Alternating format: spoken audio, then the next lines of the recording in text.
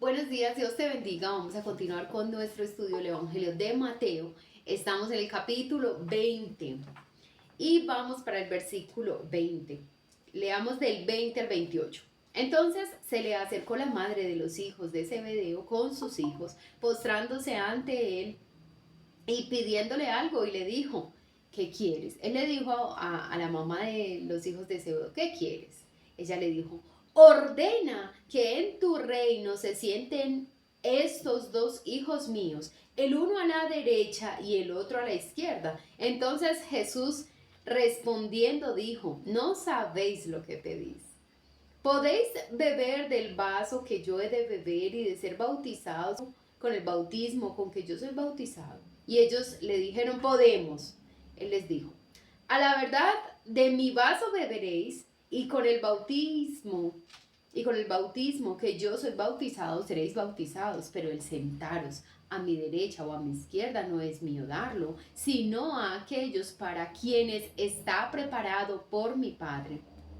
Cuando los 10 oyeron esto, se enojaron contra los dos hermanos, pero no se enojaron porque, ay, no, estos tan atrevidos, el Señor recientemente da la noticia de que va a sufrir, que va a morir, y cómo se les ocurre pedir esto tan ambicioso. No, porque no se les ocurrió a ellos primero. ¿Y cómo fue que yo no dije? Entonces Jesús llamándolos dijo: sabéis que los gobernantes de las naciones se enseñorean de ellas, y los que son grandes ejercen sobre ellas potestad. Mas entre vosotros no será así, sino que el que quiera hacerse grande entre vosotros será vuestro servidor, y el que quiera ser el primero entre vosotros será vuestro siervo. Como el Hijo del Hombre no vino para ser servido, sino para servir y para dar su vida en rescate por muchos. Es un triste comentario acerca de la naturaleza humana que inmediatamente después de que la tercera predicción de su pasión, es decir, su sufrimiento, sus seguidores estaban pensando más en su propia gloria que en los padecimientos de su Señor.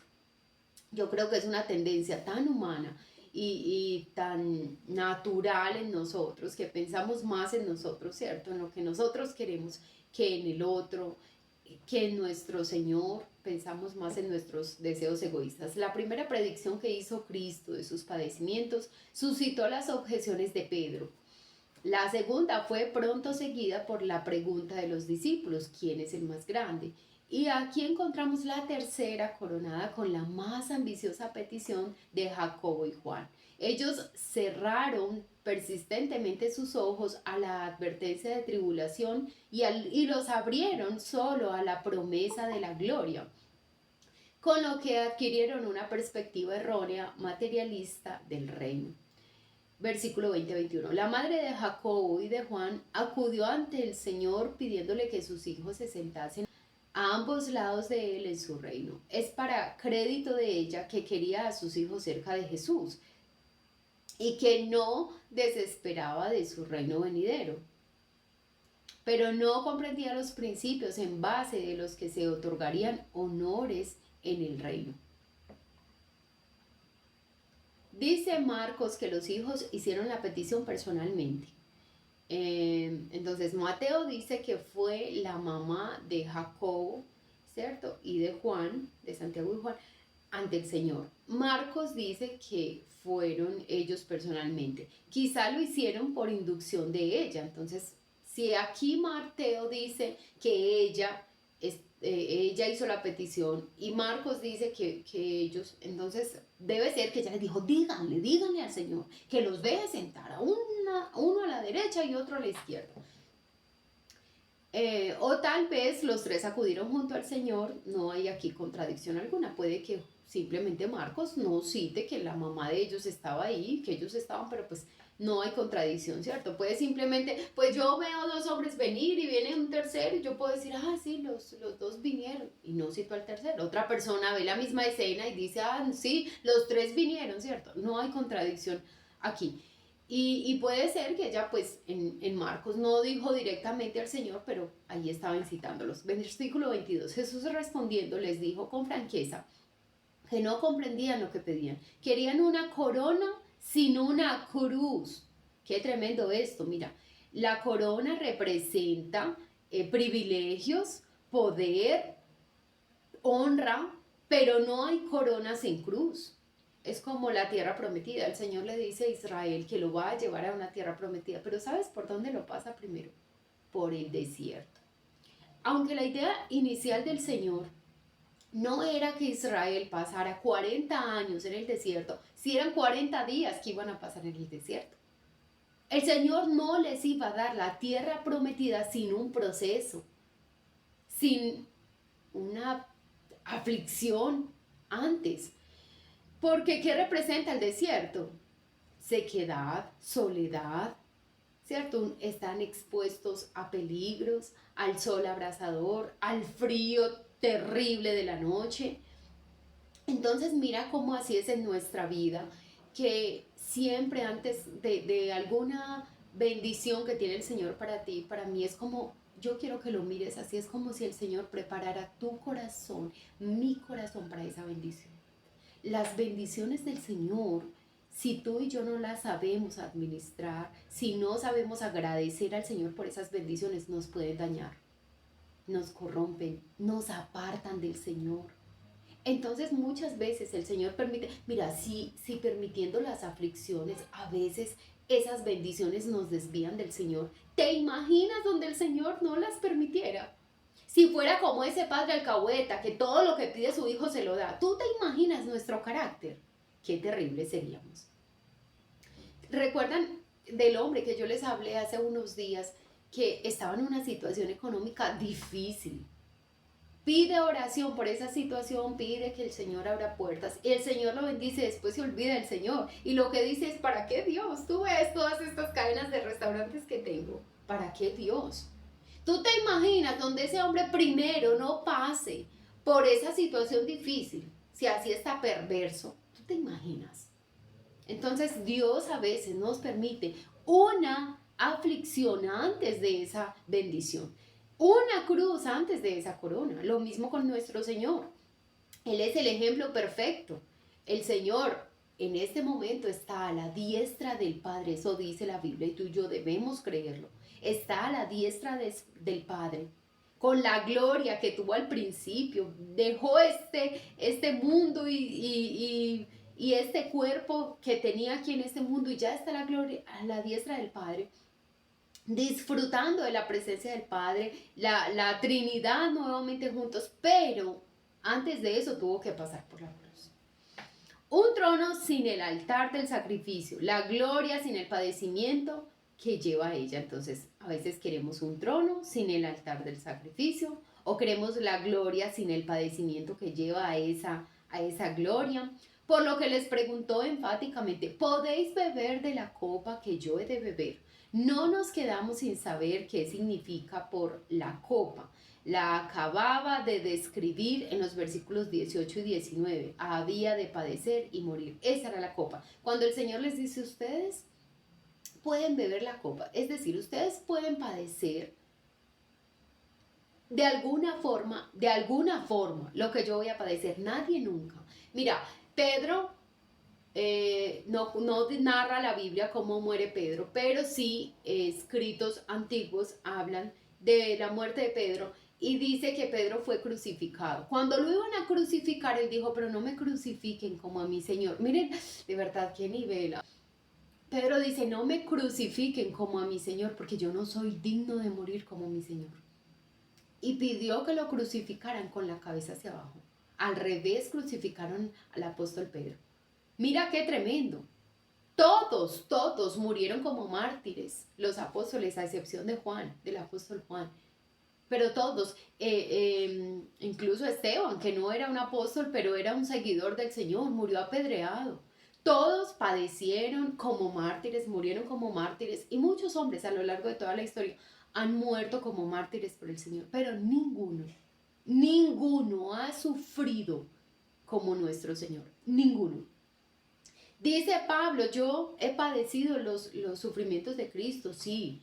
Y Pablo padeció muchas cosas del Señor, pero ninguno ha experimentado la muerte de nuestro Señor como a plenitud, ¿sí? Porque tú y yo podemos carnalmente solo ver un hombre que murió crucificado en la cruz, que fue muy azotado y golpeado, pero tú y yo no podemos, nuestra mente finita no alcanza a entender qué fue lo que pasó en la muerte de nuestro Señor Jesús.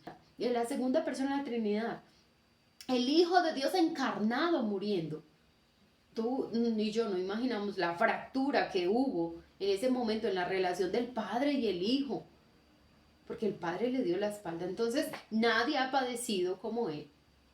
Pero de alguna forma sí, todos los discípulos y todos los que queramos seguir al Señor vamos a padecer, ¿cierto? Tenemos que padecer como nuestro Señor de alguna forma. Entonces Él les pregunta, ¿ustedes pueden padecer como yo voy a padecer? Jacobo y Juan expresaron una disponibilidad a participar en sus padecimientos, aunque quizás su confianza se basaba más en el celo que en el conocimiento. Ellos todavía no sabían cómo iban a azotar al Señor, y dice la Biblia que todos abandonaron al Señor. Entonces miren que pueden haber respondido de forma muy ligera, ay sí Señor, nosotros padecemos, claro que sí, pero van a atrapar al Señor o atrapan al Señor y lo que hacen es huir. O sea que no estaban tan dispuestos como habían confesado a padecer como el Señor. Versículo 23. Jesús les aseguró que a la verdad beberían de su copa. ¿Sí ves cómo es diferente? El Señor les aseguró que beberían de su copa. No beberían su copa. Entonces, a eso me refería ahorita. Todos los hijos de Dios en algún momento vamos a padecer de su copa una partecita, pero nadie va a padecer lo que nuestro Señor padeció. Jacobo sería martirizado y Juan perseguido y exiliado a las islas de Patmos. Este es el apóstol Juan que no murió como mártir, sufrió, sí sufrió. ¿Tú crees que estar en una cárcel, en una isla, apartado, aislado? Claro que sufrió, pero no murió como mártir. Jacobo sí sería martirizado. Dijo Robert Littling, Jacobo murió una muerte de mártir, Juan vivió una vida de mártir. Así fue. Entonces Jesús les explicó que él no podía asignar puestos de honor en el reino de manera arbitraria. El Padre había establecido una base especial sobre la que se asignarían estas posiciones. Ay, mira, este versículo es tan revelador, porque cuando a ti vengan y te digan, es que solo hay un Dios, no hay Hijo, Padre, Hijo, Espíritu Santo, solo hay un Dios. Ven, ¿tú cómo me explicas este versículo? Aquí Jesús le dice a Jacobo y a Juan, yo no les puedo dar lugares de honores en el reino de los cielos. Eso le pertenece a mi Padre, esas decisiones las toma mi Padre. ¿Cómo que es? ¿Cómo? Sí, es un Dios, claro que sí, pero es un Dios que se manifiesta en tres personas. Existe la Trinidad, Padre, Hijo, Espíritu Santo. Aquí el Hijo está diciendo, la segunda persona de la Trinidad, que el Padre, la primera persona de la Trinidad, es quien da esos lugares de honor a las personas que Él quiere, como Él quiere. Es muy claro, ¿cierto? Ellos pensaban que era una cuestión de patronazgo político. Lo tremendo aquí es que Jacobo y Juan eran familia del Señor Jesús, pues familia en la carne, ¿cierto? Es como cuando tú vas a entrar a una empresa, usted tiene el contacto, no, ese puesto es suyo, con ese contacto que usted tiene, y usted es el amigo del gerente, y usted es el mejor amigo de recursos humanos, entonces como que sientes que ya tienes ese puesto porque tienes esa influencia, ¿cierto? De esa persona que tiene de alguna forma un liderazgo y puede darte ese puesto. Entonces ellos creyeron lo mismo, que aquí ya tenían algo a favor, y es que somos familias, Juan es muy cercano, entonces creyeron que era una cuestión que se trataba de eso, que debido a que ellos eran tan próximos a Cristo, tenían un especial derecho a los puestos preferentes, pero no se trataba de ningún favoritismo personal. Mira cómo no se trata, como el Señor no toma a unos y a otros los desprecia porque quiere o le da más privilegios a unos que a otros. Si así fuese, el Señor habría llegado y habría hecho de sus discípulos a los líderes religiosos. Ellos eran los que estudiaban la ley y enseñaban la ley al pueblo, pero no fue así. Él llegó a los más humildes, a los que sí querían aceptarle, ¿cierto? Pero pues el Señor hubiera podido llegar con otra actitud, de otra forma, con un liderazgo político, religioso, y los líderes religiosos se habrían añadido a él. Pero no fue así, el Señor no lo hizo así. Entonces, aquí no se trata de favoritismos, el Señor no tiene hijos favoritos. Y escúchame bien, porque la tendencia del ser humano es, por ejemplo, un niño, es de hacer muchas cosas para que su padre le ame más o agradar más a su padre. Bueno, algunos, ¿cierto? Algunos, otros sí hacen más cosas para agradar menos. Pero la mayoría de las personas como que queremos hacer algo para agradar más, sea al esposo, sea a los padres, sea a un jefe. Y a veces pasan por ahí, este sí es pues regalado todo el tiempo ahí, como tan disponible, como tan dispuesto a servir. Pero con el Señor no pasa así. Y tú y yo no podemos tener esa actitud porque caemos en religiosidad. El Señor no tiene favoritos. No tiene favoritos. El Señor no tiene personas que ama más que otros. El Señor no ama a nadie más que a otros. El Señor ama a sus hijos por igual. Solo hay una diferencia, es que hay hijos más cercanos al Señor, que se acercan más al Señor. No, el Señor se acerca más a ellos, Él está igual de cercano a todos. Nos dio a todos el mismo Espíritu Santo, nos selló con el mismo Espíritu Santo. A todos nos dio la misma salvación, nos ama de la misma forma, pero hay unos hijos que sí se acercan más al Señor. En los consejos de Dios, los puestos a su diestra y a su izquierda serán dados sobre la base de padecer por Él. Esto significa que los principales honores en el reino no se limitan a los cristianos del siglo I. Algunos que viven hoy podrán lograrlos mediante el sufrimiento. No quiere decir que tú y yo nos vamos a exponer a sufrimientos. Ay, no, entonces yo me voy a hacer misionera para poder padecer mucho y poder tener lugares de privilegio en el reino de los cielos. No, el Señor a todos nos permite padecer. A ti te va a permitir padecer en tu familia, en tu trabajo, en tu barrio, en tu comunidad. Dependiendo los padecimientos, el Señor va a premiarnos, ¿cierto? Porque padecemos. Por eso el padecimiento en el Señor no es en vano. No padecemos de balde. Nuestros padecimientos tendrán una recompensa. Pero entonces no nos exponemos a padecimientos. No es que tú y yo vamos y yo me quiero exponer y voy a hacerme la mártir para poder tener recompensas del Señor. No, eso ya el Señor sabe a quién va a padecer, a quién va a dar esas recompensas y lo que estábamos hablando ayer. No se trata de que tú y yo hagamos algo para recibir algo del Señor, ¿cierto? ¿No?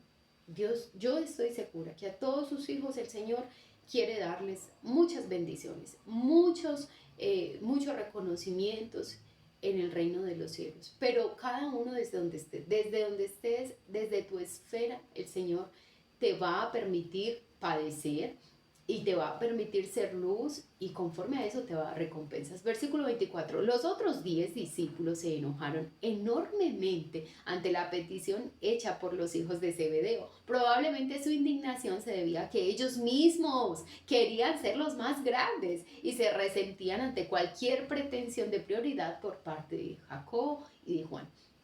Versículo 25-27, esto dio a nuestro Señor la oportunidad para hacer una revolucionaria declaración acerca de la grandeza en su reino. Los gentiles piensan en la grandeza en términos de gobierno y dominio. Eso piensa la gente de este mundo, ¿cierto? Si alguien es grande es porque tiene mucho dinero, es porque es un empresario, es porque está en el gobierno, es porque tiene alguna posición importante. En el reino de Cristo la grandeza se manifiesta en términos de servicio. El que más sirve es más grande. Si nuestro Señor siendo tan grande, si nuestro Señor siendo Dios, vino a servir. El Señor a veces no dormía lo suficiente, no dormía en lugares cómodos. En una ocasión hay una historia, pero no recuerdo en qué pasaje, dice que el Señor estaba muy cansado, pero vino la multitud a Él.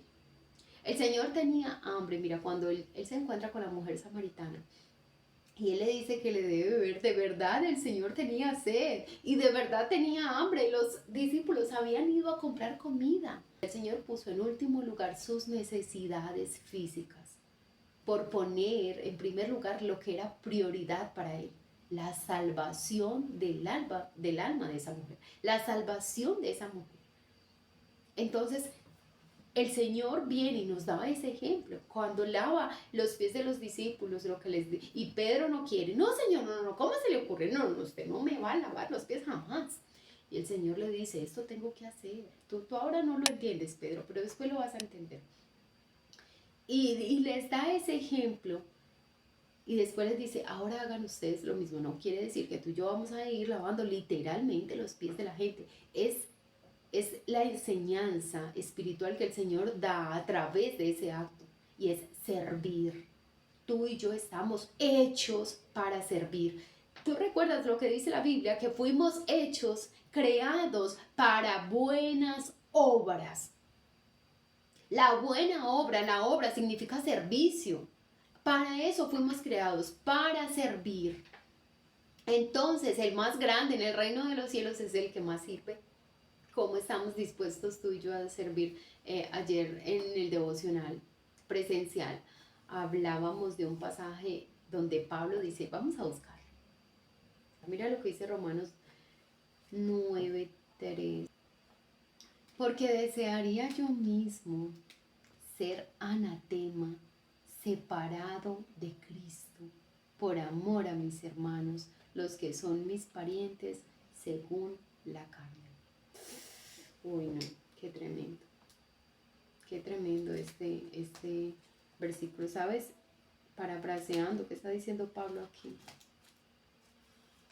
Si por yo ser separado de Cristo, anatema es maldito, ¿cierto? Si por ser yo separado de Cristo, hacerme maldito, una persona separada de Cristo, ¿a dónde va? Al infierno. Perderse él. Pero porque estos hermanos fueran salvos. Si él perderse significa que ellos sean salvos, él diría, yo estaría dispuesto a perderme. Yo estaría dispuesto a hacerme maldito por amor a ellos. Qué tremendo la forma en la que estaba dispuesto Pablo a servir a otros. Entonces, a veces tú y yo queremos muchas recompensas, pero poco sufrimiento. Mucha gloria, muchos honores, mucho reconocimiento de parte del Señor, pero poco servir, que no me cueste mucho. Pero cuando se trata de las cosas del Señor, cuando se trata de ir a servir al Señor, ahí sí no queremos que nos cueste. Ahí sí ahí sí no doy, ahí sí me duele, ahí sí la pienso, ahí sí hago cuentas, ahí sí soy buen administrador supuestamente. Entonces, ten mucho cuidado con eso. Porque el Señor así nos mide, así van a ser medidas nuestras recompensas en el reino de los cielos, por el servicio. En el reino de Cristo la grandeza se manifiesta en el servicio. Todo lo que aspira a la grandeza ha de llegar primero a ser un servidor. Y el que quiera ser el primero ha de llegar a ser un esclavo. El Hijo del Hombre es el perfecto ejemplo de la humanidad en el servicio. Él vino al mundo no para ser servido, sino para servir y para dar su vida en rescate por muchos. Todo el propósito de la encarnación puede ser sumarizado en dos palabras: servir y dar. Eso vimos hacer a nuestro Señor en esta tierra. Si tú y yo leemos los evangelios, si tú y yo leemos la historia de nuestro Señor Jesús y su ministerio público en esta tierra, tú y yo lo vemos sirviendo y dando. Sirviendo y dando. Y eso es lo que hacemos los hijos de Dios, quienes somos imitadores de Cristo, seguidores de Cristo, servimos y damos. Es asombroso pensar que el sublime Señor se humillase a sí mismo al pesebre y a la cruz. Su grandeza se manifestó en la hondura de su humillación, y así ha de ser para nosotros. Nació en un pesebre. Miren, desde el principio el Señor mostró que no venía a tener privilegios, lugares de honores, ni comodidades. Desde el principio nos dio ejemplo, siendo el Hijo de Dios. no tenía una habitación, una cama digna para nacer. Nació en un pesebre y tú y yo lo romantizamos mucho. Tú y yo vemos ahorita en diciembre los pesebres, qué cosa tan hermosa. Ojalá el pesebre del Señor hubiese sido una cosa así. No, tú sabes cómo es un pesebre, las vacas, los caballos, las ovejas, yo no sé qué, la cantidad de animales que hayan ahí, el popó de esos animales, el estiércol de esos animales ahí. Y María dando a luz ahí, dando ahí luz, no, quizás no había un buen olor, quizás eso era un establo, metían todo el reblujo allá. Entonces, nosotros podemos verlo así tan bonito el pesebre, pero no, realmente no. No hay nada de romántico en ese pesebre. Lo único romántico ahí es el amor de Cristo Jesús viniendo a este mundo a nacer en un lugar así. Sandra está a punto de dar a luz. ¿Qué esperaría Sandra del lugar donde va a dar a luz? No, yo estoy segura que el hospital, el lugar donde va a estar, quieren que esté limpio y si una infección y los mejores médicos, a nuestro Señor no le tocó nada de eso. Qué bueno es nuestro Señor que nos dio ejemplo de eso. Desde su nacimiento en un pesebre hasta su muerte en una cruz. Y todo lo que hay en medio. Así vivió nuestro Señor todo el tiempo entregando, dándose. Qué bueno, qué Dios tan bueno, tan maravilloso tenemos. Eso muestra que el Señor no viene por los más orgullosos, ni los de mejores cargos. Mira, eso es tan alentador para nosotros, los hijos de Dios. Pensar que somos tan pequeños, tan débiles, tan frágiles a veces, que nos equivocamos, que erramos, pero tenemos esa humildad de acercarnos al Señor y reconocerle nuestra condición. Él es un Dios que nos mostró su humildad, que nos dio un ejemplo de humildad y que está dispuesto a recibir a los humildes.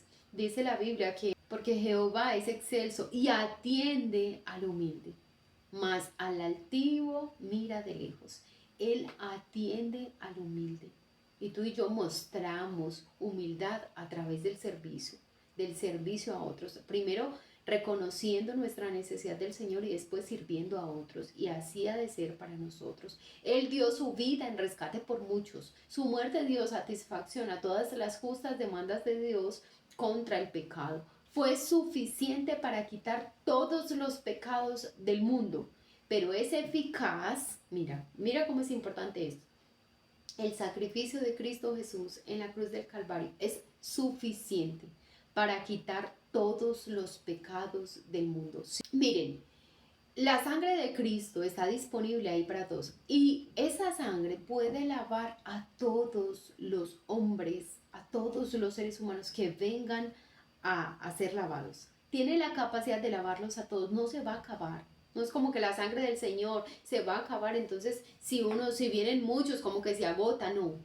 Ella es inagotable, pero solo es eficaz, solo se hace efectiva para aquellos que le aceptan como Señor y Salvador. La pregunta de William acá es, ¿lo has hecho tú ya? Tú ya lo has hecho. Tú ya aceptaste a Cristo Señor como Salvador. Si ya lo hiciste, tus pecados han sido lavados. Y cada día tú y yo podemos venir delante del Señor a pedirle perdón por nuestros pecados. Y debemos hacerlo, porque eso demuestra que reconocemos nuestra condición pecaminosa y que necesitamos de Él todos los días para vivir esta vida cristiana. Pero si tú no lo has hecho, esta es la mañana en la que tú le puedes decir, Señor, yo te acepto como mi Señor y Salvador. Lávame en tu sangre preciosa, mi Señor. Hay un himno muy hermoso que dice, lávame en tu sangre, Salvador, límpiame de toda mi maldad. Entonces, eso es lo que tú y yo debemos hacer. Venir al Señor para que lave nuestros pecados con su sangre preciosa. Bueno, muchas gracias por estar acá. Dios te bendiga y mañana nos vemos con la ayuda del Señor.